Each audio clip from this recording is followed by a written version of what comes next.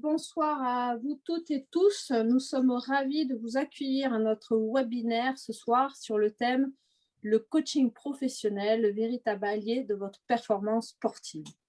Avant de commencer, je vous présente la commission coaching et sport pour ceux qui ne la connaissent pas, que je coordonne depuis octobre 2018 et qui appartient à cette belle fédération qu'est ICF avec 40 000 coachs professionnels dans le monde entier. La commission coaching et sport est composée de 8 coachs professionnels venant d'horizons sportifs différents, comme la voile, l'aviron, le ski, la planche à voile, le rugby, le volley et le karaté. Ce soir, vous aurez le plaisir d'écouter Joanne, Gérard, Franck et moi-même. Je vais faire une petite présentation. Si Gérard, voilà les 4 personnes que vous aurez le plaisir de voir. Donc, Joe, principalement dans l'aviron, qui est effectivement un coach individuel, fait de l'accompagnement dans le coaching individuel et collectif, et des sportifs de haut niveau, des managers, des chefs d'entreprise et des coachs pro, puisque Joe est aussi superviseur et coach pro depuis 25 ans. Bravo Joe. Nous avons Gérard, qui aussi est un coach professionnel, qui fait de l'individuel, le collectif, le manager, le chef d'entreprise et le sportif de haut niveau. Et Gérard est spécialisé surtout dans l'action type, la new harmonisation, la gestion des émotions, le stress, la prévention des risques psychosociaux. Et nous avons Franck qui fait aussi du coaching individuel et du coaching d'équipe, de manager, de dirigeant et de sportif de haut niveau. Et il est spécialisé dans la gestion des émotions et de la communication. Et puis moi-même, qui, un peu comme mes collègues, dans l'individuel, le collectif, le management, le dirigeant et le sportif de haut niveau. Et j'ai effectivement la préparation mentale à mon actif et je m'occupe beaucoup de la gestion des émotions et du stress. Et je suis encore entraîneur de karaté. Et voilà. Et pour l'instant, je vais passer la place à Gérard. Alors, bonsoir à tous. Un petit déroulé sur comment on va aborder ce thème. On a choisi de l'aborder en utilisant la notion d'identité. Et donc, on va vous présenter un tout petit peu ça. On va vous proposer également de travailler sur les valeurs et les besoins. Ce sera une partie qui sera animée par Jo. On viendra sur un entretien avec un sportif de haut niveau, le cas de Jean, qui a été interviewé par Caroline à la fin d'un coaching. Et puis, Franck nous parlera de l'importance et de pourquoi passer du temps sur ce travail d'identité. Puis, on aura l'occasion de réunions, de questions-réponses pour pouvoir être le plus interactif possible. Pour travailler en fait sur comment aller chercher un truc de plus pour les sportifs de haut niveau, on a choisi de prendre le levier de l'identité pour répondre à cette question et aller voir un petit peu comment est-ce qu'on a eu l'occasion de travailler avec les sportifs, qu'est-ce qu'on met derrière cette notion d'identité, cette notion de qui on est, et ce jeu auquel on fait référence. On a trois clichés, 3 photos qui nous amènent à causer de ça. C'est que l'identité, la personne, en fait, on en a une vision holistique, une vision très globale. On peut retrouver dans l'approche de Diels, du modèle de Diels que beaucoup connaissent, que qui sommes-nous, on traduit de l'identité. Et on fait référence à une conférence que vous pouvez retrouver sur le site ICF, la commission sport d'ICF, puisqu'on a travaillé cette pyramide de Diels avec une conférence passée l'année dernière. Et puis, certains d'entre vous connaissent sans doute Howard Gardner, qui a parlé d'intelligence multiple. Pour le propos d'aujourd'hui, je vais vous proposer de prendre 4 intelligences pour regarder les interactions entre ces différentes intelligences, en sachant qu'évidemment, il est impossible de séparer les parties. Et je me suis inspiré du livre de Monsieur et Madame Peterson sur les voies de la présence, que je vous invite à aller rencontrer. Donc, si on regarde la première partie, le propos est de dire qu'on appréhende et on est en relation avec le monde qui nous entoure par l'intermédiaire de nos sens, par l'intermédiaire de notre corps, de notre corporalité, qui nous permet d'accéder à cette interaction avec le monde et nous-mêmes. On a également quelque chose sur lequel on attire l'attention de nos clients, c'est qu'est-ce que nous dit le corps? Est-ce qu'il y a des tensions? Est-ce qu'il y a des zones de détente? Comment ça se passe dans mon corps, comment j'intègre ce corps. Et puis une idée de développement durable, une relation juste et durable à mon corps et on parle beaucoup de développement durable, on le situe souvent plutôt sur des aspects écologiques et durabilité du développement de nos sociétés. C'est intéressant d'en avoir une vision qui soit une vision qui adresse plutôt le comment je suis avec mon corps et comment je le maintiens dans un état de bonne pratique, de bon entretien. Et puis, comment Caroline, vous parlez de la démarche Action Type, vous en aurez une démonstration tout à l'heure à travers d'un test corporel qui montre également que le corps est très présent dans nos coachings et dans notre façon de travailler. Le deuxième axe est un axe émotionnel et intéressant de voir qu'un petit peu comme l'orage, les émotions précèdent la pensée, ont un aspect très fugace. On pourrait dire que c'est en quelque sorte une sorte de chimie interne, hein, qui vient irradier dans notre corps et qui en fait déclenche des manifestations corporelles et émotionnelles, que cette interaction chimique entre moi et l'environnement interne et externe prend part en grande partie de mon histoire, de notre façon d'être en relation avec le monde environnement, avec le monde, pardon, de notre environnement. On peut et on a tous comme idée que l'émotion sert comment, de support à notre motivation.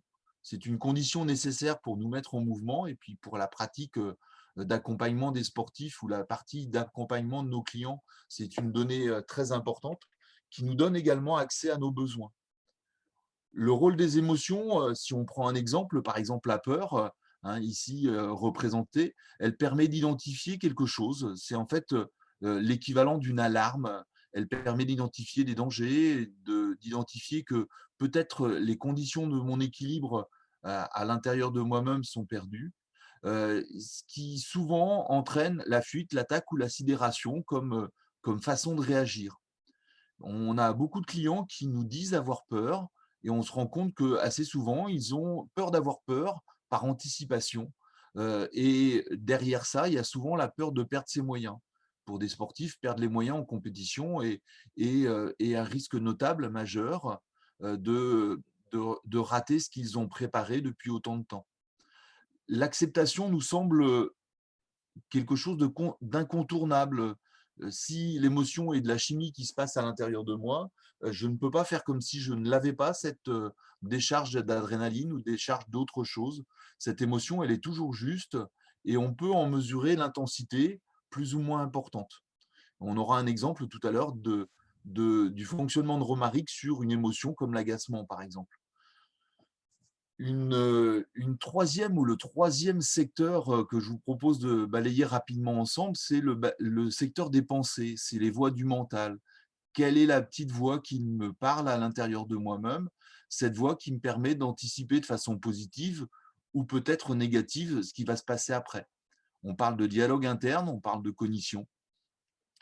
Et puis, on est souvent à accompagner nos sportifs avec lesquels on peut travailler sur faire le tri dans les croyances, des croyances aidantes, hein, ou de travailler autour des croyances limitantes qui pourraient perturber ma capacité à produire une performance. Il y a un danger éventuellement dans les certitudes, hein, puisque le sportif, mais les clients en coaching interviennent dans un milieu très incertain où il n'est pas facile d'avoir une anticipation de ce qui va se produire, donc une capacité à gérer son mental dans un monde incertain. Le quatrième et dernier axe sur lequel on veut vous parler d'intelligence au sens large, c'est la spiritualité, le sens, le pourquoi en deux mots, pas pour quelle raison, mais pourquoi en deux mots. C'est donner un sens à ce que l'on fait. Hein, pour un sportif, c'est donner un sens à sa performance, à son engagement sportif, à sa vie au sens large de sportif de haut niveau, hein, puisqu'évidemment, il y a quelque chose de l'ordre de l'identité quand on est sportif de haut niveau. C'est aussi un chemin spirituel plutôt en relation avec le reste du monde, hein, et on entend plus dans la spiritualité, non pas une référence religieuse, mais une façon d'être en relation avec le monde et avec ce qui fait sens pour nous. Et puis on voit les symboles d'un sens interdit parce que je ne sais pas vers où je vais, à une flèche bleue qui indique une direction, et le symbole qui rassemble et qui unifie et qui montre un petit peu cette notion de sens, d'université ou de globalité. Je vais vous proposer de regarder quelques minutes, en fait 2 minutes, d'une vidéo qui a été diffusée par TV Rennes sur l'accompagnement de Romaric Guillot, qui est handballeur pro au club de Cesson Rennes Métropole en banlieue de Rennes. Et cette vidéo nous montre un petit peu la façon de travailler sur des aspects qu'on vient de voir ensemble, sur différents aspects, le temps que le corps applique la meilleure décision. Romaric Guillot, le défenseur du Cesson Rennes Métropole Handball, suit cette méthode depuis plusieurs années. À l'aube du dernier match à domicile face à Montpellier, il faisait part de ses enjeux psychiques contre une équipe qui l'a marqué par le passé. Et du coup, on a perdu 2 fois. Et puis toujours, j'ai mon meilleur pote dans les cages en face. Romaric vient avec une question contextuelle. Il a lié la capacité à s'agacer à l'historique d'agacement qu'il a pu avoir sur des défaites passées. Et donc l'idée, c'était de regarder si ces défaites avaient un impact sur sa façon d'être. Et à partir du moment où on démontre avec la motricité, ça a un impact sur sa motricité, il est en risque presque de devenir gaucher alors qu'il est droitier. Pour rééquilibrer les messages parasites perturbant la performance, Romaric exécute ce qu'on appelle des exercices de neuroharmonisation. Un travail avec les yeux qui permet, comme son nom l'indique, d'harmoniser le circuit de l'information dans le cerveau. Le souvenir des défaites amène une faculté à s'agacer qui met le cerveau un petit peu en vrac dans une inversion de motricité. Romaric sait que son poids du corps sur les talons manifeste de ses préférences et son état d'être est aligné avec une possibilité de jouer à son meilleur niveau, et qu'une inversion de cette motricité montre un dysfonctionnement entre 2 zones cérébrales qui sont un petit peu en tension, en conflit, qui ont du mal à communiquer ensemble. Je sens tout de suite que je me réouvre. En fait, il n'y a pas un impact tout de suite, mais je sens que, un peu comme ça y est, je respire, c'est bon, je suis refocus, t'es reparti. Des fois, moi, quand je m'énerve, souvent, je me replie sur moi-même. J'ai tendance à trop me concentrer sur moi, et du coup, je suis plus avec les autres. Et en fait, le fait de faire ça, je sens que tout de suite, je me réouvre aux autres. Nouveauté à Cesson, depuis le club a intégré officiellement un préparateur mental dans son staff. Frédéric. Donc voilà pour cet exemple que je voulais vous proposer de rassembler en fait la totalité de la personne pour pouvoir l'accompagner. Et puis je vous propose de passer la suite à Jo qui va nous proposer de travailler sur les valeurs et nos besoins. Tu peux me remettre le PowerPoint. Le slide. Ça y est, normalement. Donc, je fais le lien avec Gérard vient de partager. Oui, merci Gérard. Donc, je fais le lien. D'un point de vue très simple, l'être humain est fait d'un corps, d'une tête, des émotions et puis l'essence de ce qu'il est. Ce sont les 4 intelligences dont il parlait tout à l'heure Gérard. Dans le sport de haut niveau et dans le sport point, on a tendance à beaucoup travailler sur la partie physique avec la préparation physique, tactique et technique. Il y a maintenant le travail en préparation mentale qui vient travailler sur le cerveau avec des façons différentes. Et nous, en coaching, en tant que coach professionnel, on va souvent venir travailler sur les 2 autres parties, c'est-à-dire la gestion des émotions et l'identité, l'essence de qui nous sommes. Donc, quand on parle d'identité, qu'est-ce qu'on veut dire? L'identité de quelqu'un est faite de plusieurs choses, mais une façon très simple de travailler autour de son identité, c'est d'y aller par les valeurs et les besoins qui nous définissent. OK? Donc après, on peut avoir des préférences de fonctionnement, des croyances, des expériences de vie qui rentrent également là-dedans. Mais une première étape clé, c'est l'identification et la clarification des valeurs et besoins. Donc, on va vous mettre maintenant dans des sous-groupes et je vais vous demander en amont de réfléchir à 2 questions. Donc, Gérard, si tu peux passer, s'il te plaît, le slide suivant. Merci. Donc, prenez quelques instants pour réfléchir à ces questions individuellement et après, on va vous mettre en sous-groupe. Alors, première question pour vous. Au niveau des valeurs, quels sont les principes qui guident votre comportement envers les autres? Et quelles attitudes et comportements trouvez-vous inacceptables? Donc, en répondant à ces 2 questions, vous allez déjà pouvoir identifier vos propres valeurs et principes. Et puis la deuxième partie sur les besoins. De quoi avez-vous besoin pour être au top dans votre vie au quotidien, pour être le plus performant possible?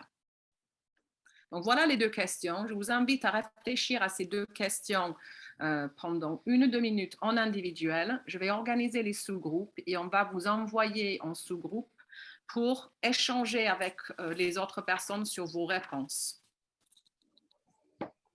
Donc, voilà la première étape. Il y a plusieurs façons de faire le travail sur les valeurs. Hein. On peut faire avec des simples questions comme je viens de vous poser. On peut donner des listes de valeurs ou de besoins à quelqu'un et lui demander de travailler, de cibler les mots, les notions qui attirent l'attention et après de les réduire ou les regrouper. On a même des questionnaires qu'on utilise parfois pour aider en fait avec l'identification de ces éléments-là. Mais c'est un travail à la fois assez simple et super important à faire sur qui nous sommes.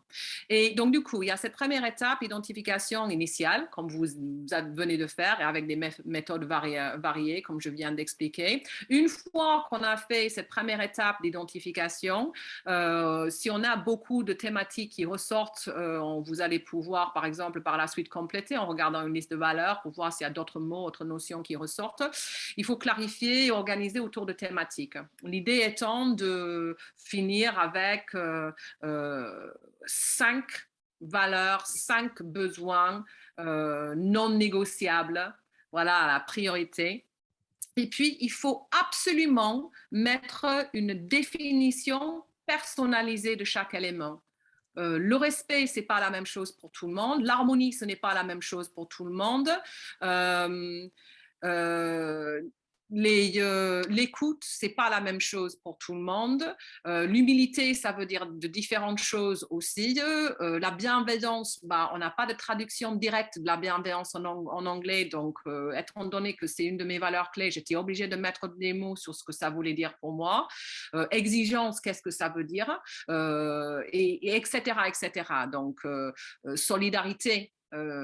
Ce sont des notions que nous connaissons tous, mais c'est très important de faire une définition personnalisée et cette définition peut évoluer au fur et à mesure du temps. On peut constater que ce qu'on avait comme définition de l'écoute, là, on a une réaction forte en fait face à une situation. On se rend compte que finalement, non, il faut affiner un petit peu sa propre définition.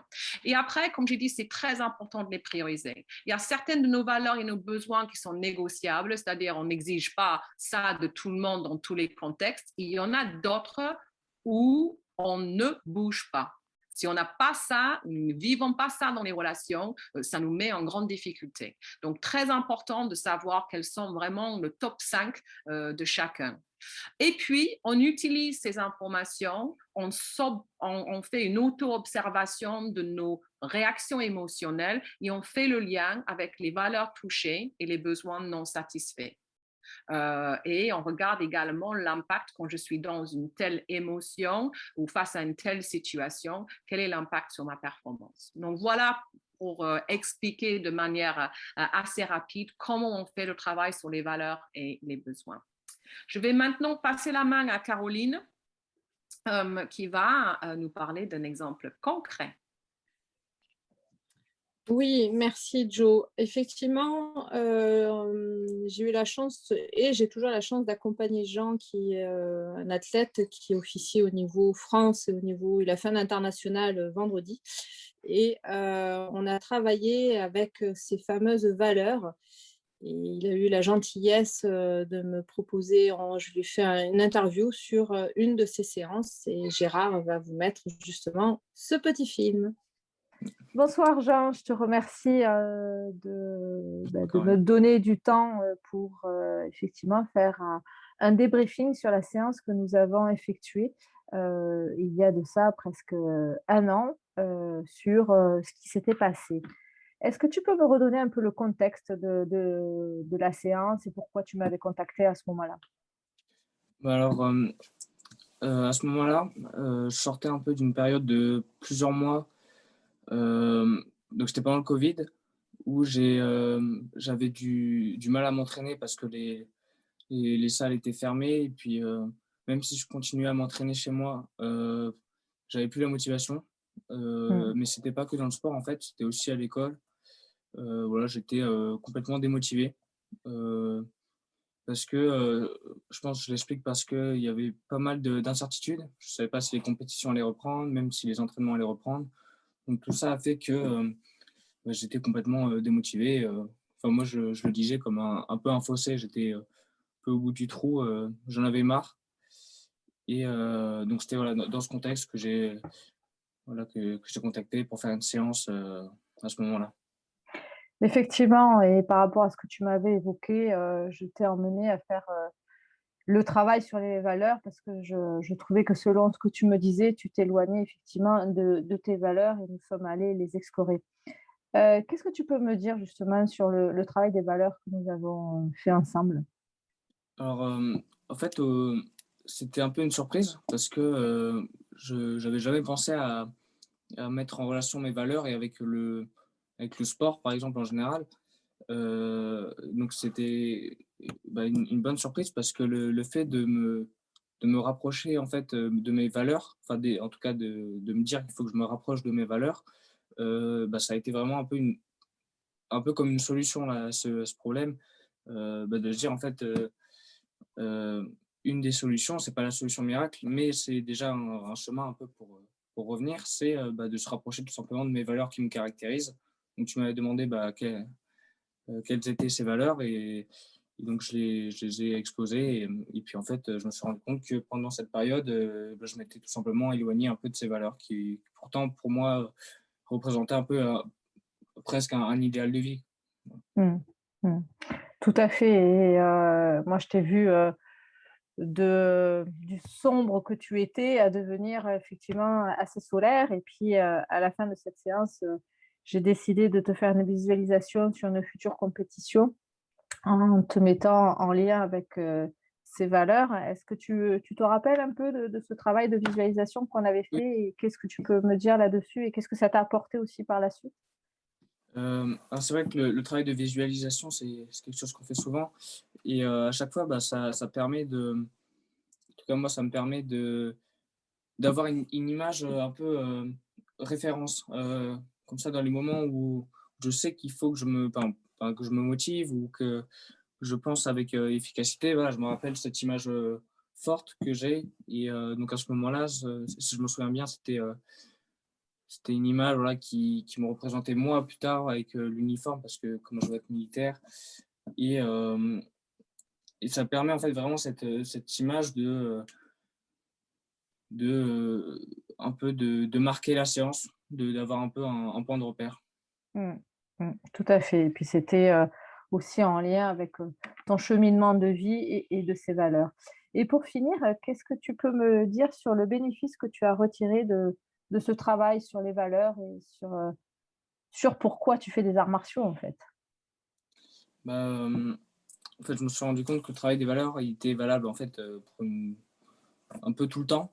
Il y a pas que dans les moments de doute, tout ça et en fait, c'est une source de motivation de se dire que je j'estime que certaines valeurs, sont, pour moi les valeurs, sont des valeurs, formidables qu'il faudrait suivre tout le temps et donc ce travail m'a vraiment apporté beaucoup, hem et même après, même encore aujourd'hui où là, je me rappelle dans les moments où, par exemple, j'ai une perte de motivation, bah, je me rappelle que, mes valeurs sont le courage, tout ça et donc là, je me dis, bah, rappelle-toi la séance qu'on a faite et ça avait marché donc pourquoi ça marcherait pas aujourd'hui? Et en effet, ça marche.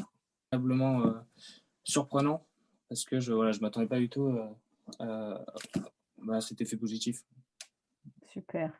Bah, écoute, Jean, je te remercie beaucoup pour ce témoignage et puis à très vite pour une séance future. Voilà, comme Jean a expliqué, c'est un travail pas habituel, notamment pour les sportifs. Et il m'en parle souvent de ce travail sur les valeurs et ça lui permet de les mettre en lien sur un point, quand il est en compétition, mais comme il dit très justement aussi dans ses études ou dans la vie en général. Voilà. Mais c'est un exercice qui n'est pas forcément évident pour les athlètes qui n'ont pas malheureusement l'habitude de se poser et de plancher sur ces fameuses valeurs qui donnent effectivement le sens et comme dit très justement Jean, pour lui, la solution.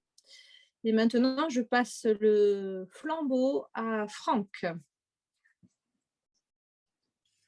Donc, ce travail sur l'identité est évidemment très, très important et il vaut la peine d'y consacrer du temps.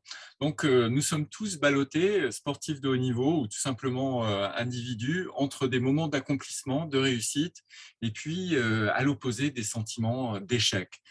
Et donc, entre le meilleur et le pire, où est-ce qu'on se situe et qui nous sommes-nous? Alors, Nietzsche nous dit, vous savez, cette fameuse phrase « deviens ce que tu es ». Donc, c'est un appel à l'auto-transcendance, à l'auto-dépassement.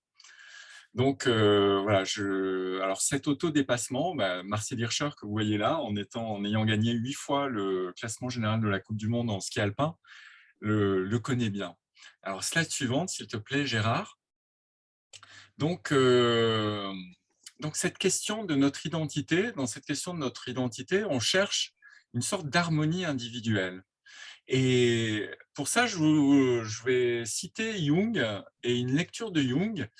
Et Jung nous dit, donc vous savez, ce célèbre, un des fondateurs de la psychologie, donc pour Jung, on passe par, cette harmonie individuelle passe par la réconciliation entre la partie consciente et la partie inconsciente de notre être.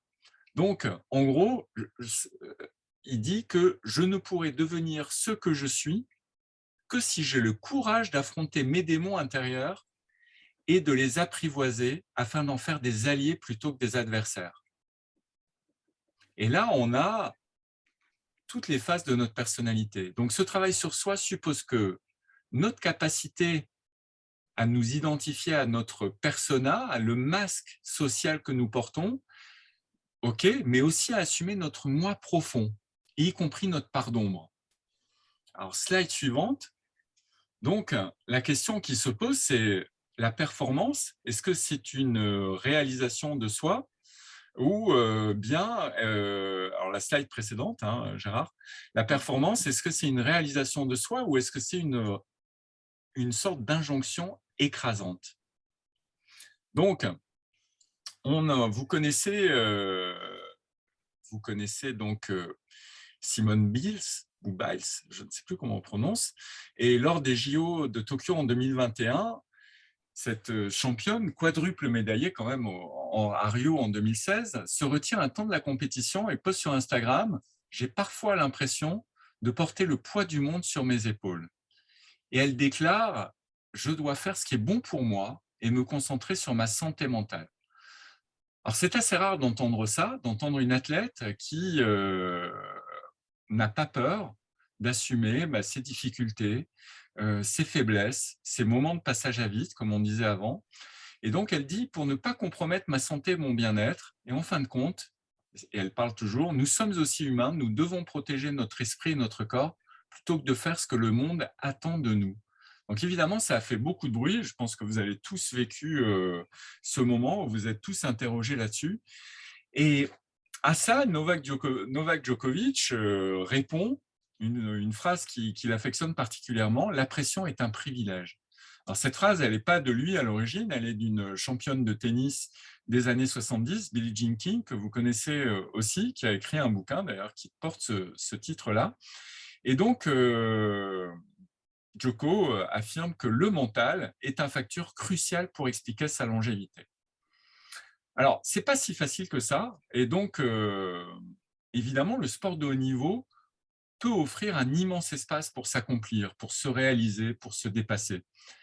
Mais dans cet espace-là, on sait tous que pour un sportif de haut niveau, mais aussi pour un entraîneur, il n'est pas facile de partager ses doutes, il n'est pas facile de partager ses peurs, ses faiblesses.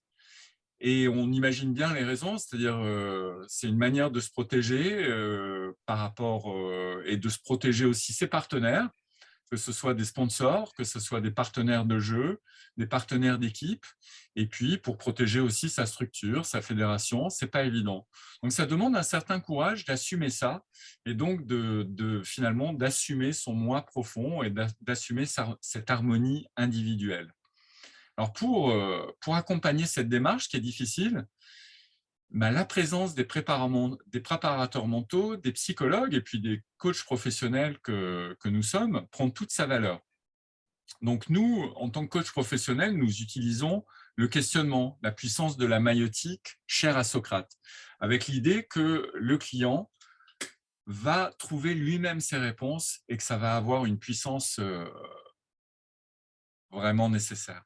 Donc, Galilée écrivait aussi ça, c'est-à-dire que Galilée disait « On ne peut rien apprendre aux gens, on peut seulement les aider à découvrir ce qu'ils possèdent déjà en eux et qu'ils possèdent déjà tout ce qu'il y a à apprendre. » Et finalement, ça rejoint assez bien l'interview de Jean que vous venez de voir avec Caroline, puisque en l'interrogeant sur ses valeurs, finalement, on ne lui dicte pas ses valeurs. C'est-à-dire que c'est Jean lui-même qui fait ce travail-là grâce au questionnement et grâce à cette maïotique dont on parle. Alors avant, on parlait, quand un champion avait une baisse de performance, avait un peu moins le moral, on restait très, très pudique par rapport à ça.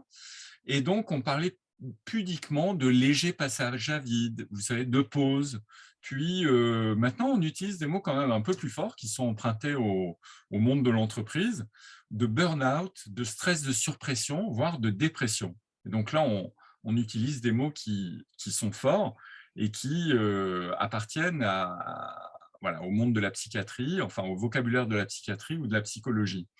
Alors évidemment, quand on est sportif de haut niveau, on est beaucoup plus médiatisé qu'un cadre d'entreprise, qu'un manager, voire même qu'un dirigeant d'entreprise. Et donc le sport de haut niveau nous a montré ou a mis en lumière de nombreux exemples. On sait maintenant que Michael Phelps, donc qu'on a vu sur une photo précédente, sur une slide précédente, Gérard. Voilà, je vous laisse compter le nombre de médailles autour du cou. Et pour un des sportifs qu'on pourrait considérer comme un des plus accomplis, et pourtant, il a partagé au moment en 2016 qu'il a traversé des énormes périodes de dépression. Évidemment, les proches le savaient, mais le grand public ne le savait pas. On a l'exemple de Naomi Osaka, qui n'a pas voulu jouer le jeu des conférences de presse et qui voulait se protéger aussi et qui a eu le courage de se retirer, le courage ou la faiblesse, je vous laisse interpréter, de se retirer des compétitions. Et avant ça, peut-être une des premières dont on avait parlé, c'est Marie-Josée Pérec, qui s'était retirée, vous vous en souvenez, ça remonte à quelques années. Gérard, je crois que tu saurais mieux nous dire l'année peut-être. Donc, comment ? Non, je n'ai pas révisé l'année. Tu n'as pas révisé l'année. Donc, on voit que la réussite et l'échec forment un couple intimement lié. Et ça, ce n'est pas facile à appréhender pour quiconque et évidemment pour un sportif de haut niveau. Alors, j'aime bien cette phrase de Kennedy, donc le président américain, qui dit « Seuls ceux qui prennent le risque d'échouer spectaculairement réussiront brillamment ». Et c'est vrai, vous savez tous, vous connaissez tous ce rapport entre la réussite et l'échec, c'est-à-dire que pour risquer de réussir, il faut risquer d'échouer. Et c'est vraiment quelque chose qui est difficile, évidemment, à envisager pour n'importe qui. Et quand on est un sportif de haut niveau, on a besoin d'être accompagné avec cette idée. Donc, par exemple, le basketteur Michael Jordan considérait les échecs comme constitutifs du chemin vers la réussite. J'ai envie de partager avec vous une citation qui est assez célèbre. Il a dit, donc vous savez, Michael Jordan, je ne vous apprends rien, ça reste peut-être le plus grand joueur de tous les temps. Il dit « J'ai raté 9000 tirs dans ma carrière. J'ai perdu 300 matchs. 26 fois, on m'a fait confiance pour prendre le tir de la victoire et je me suis loupé. J'ai échoué encore et encore dans ma vie et c'est pourquoi je réussis. Et alors voilà, on a là un champion qui a complètement intégré dans son identité sa part d'échec et qui se sert de l'échec pour réussir. Ou alors qui a admis que c'était constitutif de la réussite. Et ça fait partie de son identité. Alors c'est évidemment peut-être plus facile à assumer quand on est le meilleur que quand on n'est pas le meilleur. C'est peut-être plus facile à assumer quand on est Michael Jordan. Mais c'est quelque chose qu'il a intégré, peut-être qu'il a conduit à la réussite qu'on connaît. Alors nous tous, on a oublié que bébé, au temps où on est bébé, c'est-à-dire entre 0 et 2 ans, on est tombé et nous nous sommes relevés à peu près 2000 fois. C'est phénoménal pour apprendre à marcher. Alors on aurait été d'accord avec Winston Churchill lorsqu'il déclarait le succès et la capacité d'aller d'échec en échec sans perdre son enthousiasme. Et pour Confucius, la plus grande gloire n'est pas de ne jamais tomber, mais de se relever à chaque chute. Donc, on a ces vertus de l'échec qui sont constitutifs de notre identité. Donc, on voit qu'il importe désormais d'offrir un cadre plus humain, plus bienveillant, fait de protection et de permission, on parle beaucoup de ça en coaching professionnel, à ceux qui s'engagent et prennent le risque, positif comme négatif, de performer, de se transcender et de réussir. Donc ce cadre bienveillant, il est pas facile à créer autour de soi.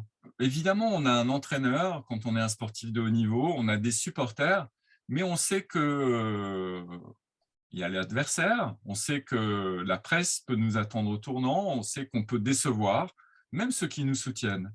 Donc, pour ceux qui cherchent cette harmonie dont on parlait au début, dont Jung parlait, qui cherchent à assumer leur identité dans toutes ses facettes, dans toutes ces facettes, y compris les parts d'ombre, les parts qui sont difficiles à partager, eh bien, cela passe par un accompagnement professionnel. Ça passe par un accompagnement individuel et par, évidemment, des personnes qualifiées qui proposent aux sportifs de haut niveau, qui proposent aux clients toutes ces réflexions sur lui-même et toute cette recherche de solutions à travers ce qu'on a vu avec Gérard, avec Jo, avec Caroline, c'est-à-dire ce travail sur l'intelligence émotionnelle, ce travail sur la compréhension de son propre fonctionnement, et puis ce travail sur les valeurs, sur nos raisons d'être, le sens qu'on donne à notre parcours professionnel. Et c'est quelque chose qui est extrêmement difficile à faire seul. Alors, il y a certains entraîneurs qui sont tout à fait aptes à le faire, mais le plus souvent, je pense que nombre de sportifs de haut niveau auraient vraiment intérêt à s'épauler, à chercher l'accompagnement de quelqu'un qui peut l'épauler dans cette direction. Voilà, merci. Merci Franck. Moi, j'aime bien terminer mes séances d'accompagnement avec les jeunes athlètes que j'accompagne. J'en accompagne 10 par mois. Et à chaque fois, j'ai fait ce travail de valeur. Il y a eu toujours ils ont été surpris. Ils ne pensaient pas qu'ils avaient ça. Ils ne pensaient pas que c'était faisable de le transporter dans le sport et de faire le lien. Moi, j'aimerais bien vous poser cette question. Qu'est-ce qui vous a surpris ce soir dans ce qu'on vous a dit? Si vous pouviez nous partager vos mots. Qu'est-ce que vous avez découvert? Oui, qu'est-ce qui vous a surpris dans ce que vous a dit Gérard, dans ce que vous a dit Jo, le travail de la réflexion sur les valeurs, les besoins, et puis l'interview avec Jean et tout le panel qu'a pu vous échanger Franck sur ce fameux échec qui laisse cette part de lumière de la réussite, hein, ce fameux yin-yang, ce fameux la lumière et la nuit, finalement. Donc, qu'est-ce que vous avez pu apprendre, découvrir ou être voire surpris? Pendant que vous réfléchissez. Ah, Emmanuel. Oui, bonsoir. J'étais Bonsoir. très, très intéressée par et surprise et agréablement sur le travail de Gérard avec, c'est une évidence, mais à le voir comme ça sur la pensée parasite qui fait qu'elle change ça change le positionnement du corps. Et c'était vraiment ouais, flagrant et dans l'exemple, oui, à faire tout le temps, quoi. Voilà. Merci. Merci. Quel que soit l'âge, l'individu semble toujours surpris de ce qu'il découvre et apprend sur lui-même. Effectivement. Effectivement. Merci. Je me retrouve en grande résonance avec Franck. Merci.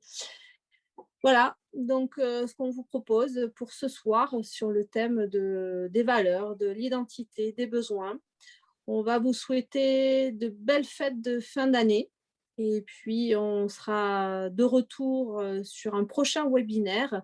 Donc, n'hésitez pas à nous faire un retour sur des souhaits que vous souhaitez entendre, sur lesquels on peut vous proposer un thème particulier, où on vous proposera en tous les cas quelque chose d'ici 2-3 mois. Et si le désir aussi, parce que je sais qu'il y a pas mal, voire beaucoup de coachs parmi nous ce soir, et si vous êtes membre ICF et que ça vous intéresserait de mettre une pierre à cet édifice que nous faisons tous les mois avec Gérard, Franck, Joe et bien d'autres, où on planche sur des sujets pour le monde du sport. Et donc, si ça vous intéresse, n'hésitez pas à nous contacter. On vous mettra bien sûr le mail dans le replay que je vous enverrai par la suite. Portez-vous bien, prenez soin de vous et on vous retrouve en forme l'année prochaine. Bye bye.